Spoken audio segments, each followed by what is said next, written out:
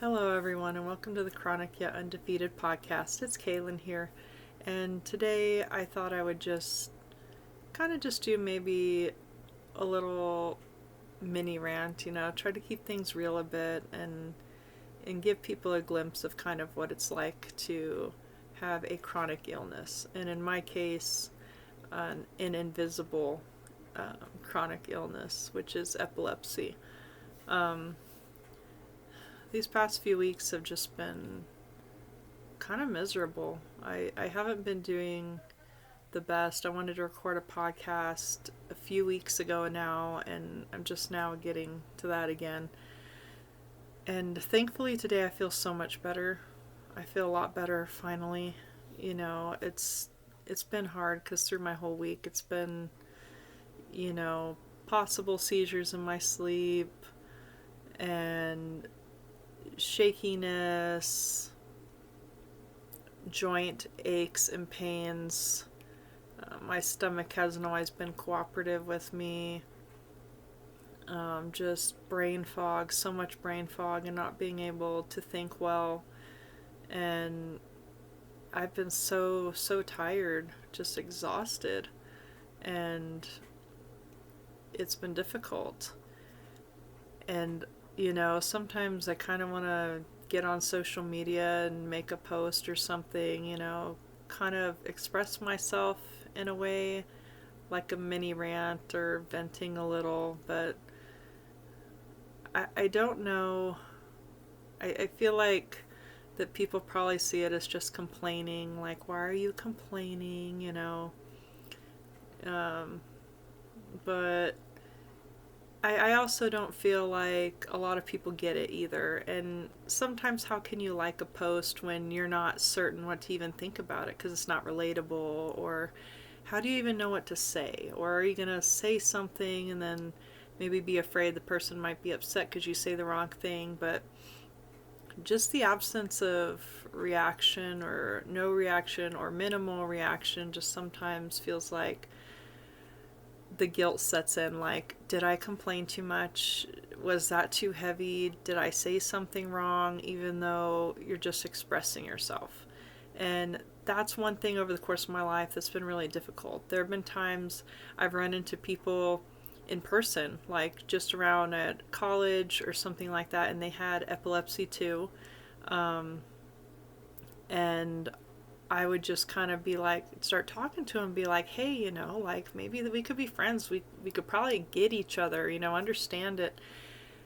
And then we sit at a table, start talking, doing our projects or whatever, and then it just feels like it gets awkward very fast. And I think some of this is because there's probably plenty of people out there. I would assume I'm not alone in this. For years, it was very hard for me to even say the word seizure. I kind of still cringe when I say it.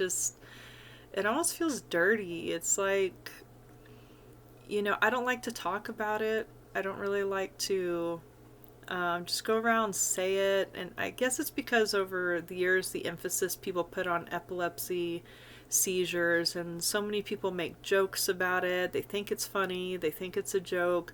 Some shows and movies in the media haven't helped. They've made it out to be a joke, made it to be funny. And sometimes when you're a younger person and people around you, adults are whispering like, oh yeah, she had a seizure today at school, or, just, it might just be a warning, like just kind of letting you know if anything's weird, call me. But you feel like sometimes they're ashamed in some way, like, it's very secretive, it's very like embarrassing to talk about in some ways. Maybe even if that wasn't the initial case, kids interpret things a little differently, if that makes sense. And that's kind of how I saw it growing up, when people would whisper about it. And then if people were just too loud about it around me, I'm like, be quiet, everyone's gonna hear. Like, I don't want everyone knowing. I remember feeling like in school when the nurse, like, don't worry, I emailed all your teachers about your medical issues, you should have no problems. And I'm like thinking, great, my life is over.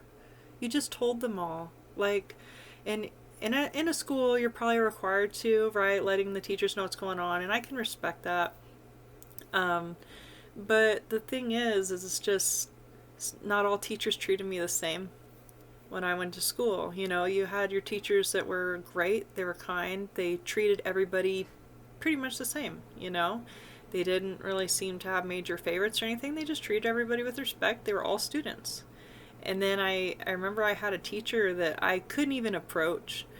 I would go up to her to ask her a question about the work we were doing or about my grade or some general question. And if I walked up to her and approached her, she would turn around and she would flip out at me. She'd be like, "Are you okay? Do you need to go to the nurse's office? Because I can send you to the nurse's office. Do you need to go right now?" Like, and everyone in class would just stare like what is going on? Like, is she okay? Or, and that teacher just flat, I felt so embarrassed by that teacher that I just stopped asking questions. I wouldn't ask her any more questions.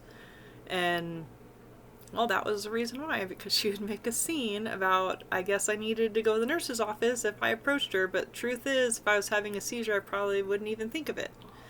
So that was just really difficult to navigate, and it, thankfully, I think it was just like a semester or something like that. It was just one class, but it was very difficult when you didn't feel like you could ask your teacher a question, because that's pretty much what they would do, is they would just, you know, like spout your business that you have an issue in front of the class, and not, they might not say exactly what it was, but there was obviously something, and other students would pay attention. But it's really hard when you find people and they're kind and nice, but they just don't get it. And when you do find people that get it, sometimes the connection doesn't last long, because, you know, like I was saying, when I met somebody that had epilepsy as well, it was like we were talking, things got awkward maybe, like maybe we just didn't like both talking about it. I was trying to come out of the box a little and be honest, like, oh, they have the same thing, they would get it. And then it was like, that was like a one-time conversation and we were done. And it might have been great to be friends with that person, but I don't know. Maybe it wouldn't have worked out in the long run. I'm not sure, but I know that going to support groups online helps too. It can help. You know, when you talk to people that just totally get it, or they're like, "Oh man, I know how that is. I'm so sorry," you know, like, and I haven't gone to a support group in a while, and I probably need to get back to it, because it feels very lonely when you're dealing with something and people don't know to what degree or how they can help, or "I'm sorry you're dealing with that," and that's pretty much all they can say. But if you have a friend that has epilepsy, I would encourage you to reach out to them if you're concerned, or if they seem off, like, you know, they might be having an off week, like check in a couple times, be like, you know, you feeling better today, or is there anything I can do for you? Let me know. You know, do your kids need to go outside and play for a bit? I can take them out in the backyard while you get some rest. I mean, things like that, like, would be worth, like, feel like it'd be worth millions of dollars if someone just come out and take the kids out for, you know, an hour while I could rest. Or because they get so stir crazy, it's not even funny, because kids really need to get outside, and they need that stimulation of just being outside in nature, and they really need to wear off all that extra energy, or else then, you know, we can't go to bed at night, and that affects us even more. So that's a really good way to help someone that has epilepsy.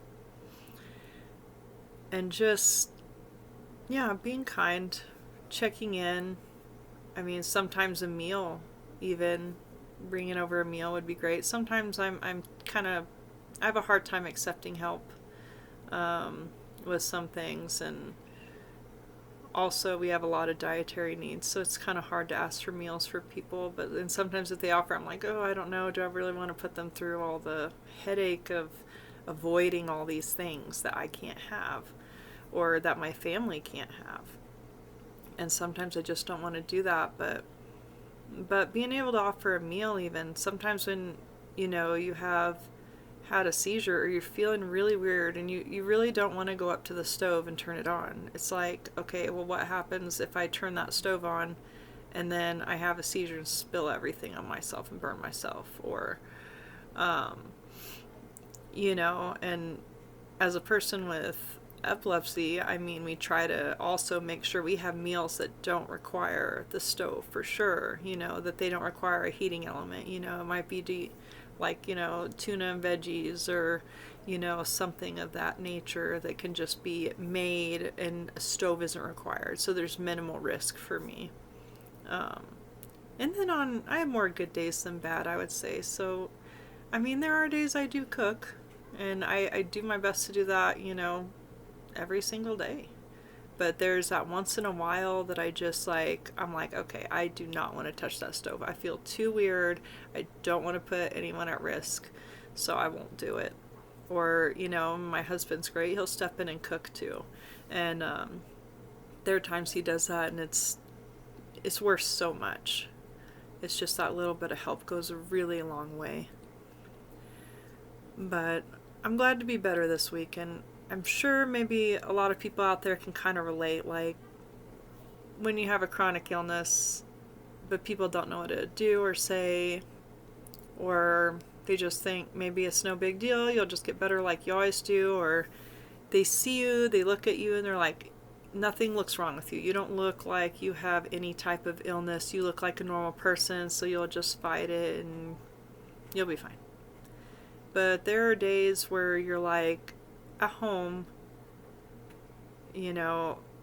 face curled up in your arms, or your hands, and you're just like, I just want to cry. I'm having a really tough day. I don't know who to reach out and talk to, maybe. Like, I don't want to bother people, I guess is kind of like my thing. Like, oh, I just don't want to reach out and message, and I feel like I'm just bothering people with my problems,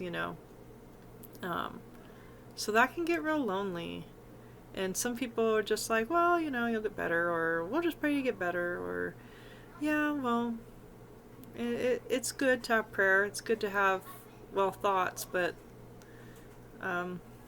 good thoughts don't take care of things in life, like, meals or errands, I should say, things like that. Your basic daily, routine. So that's just something to think about, I guess, on both ends. But if there's anything that you could relate to today, hit the like button. If there's anything you'd like to share, go ahead and put it in the comments. And if you don't want to miss any future videos, I urge you to subscribe. Thank you for listening and have a good day. Bye.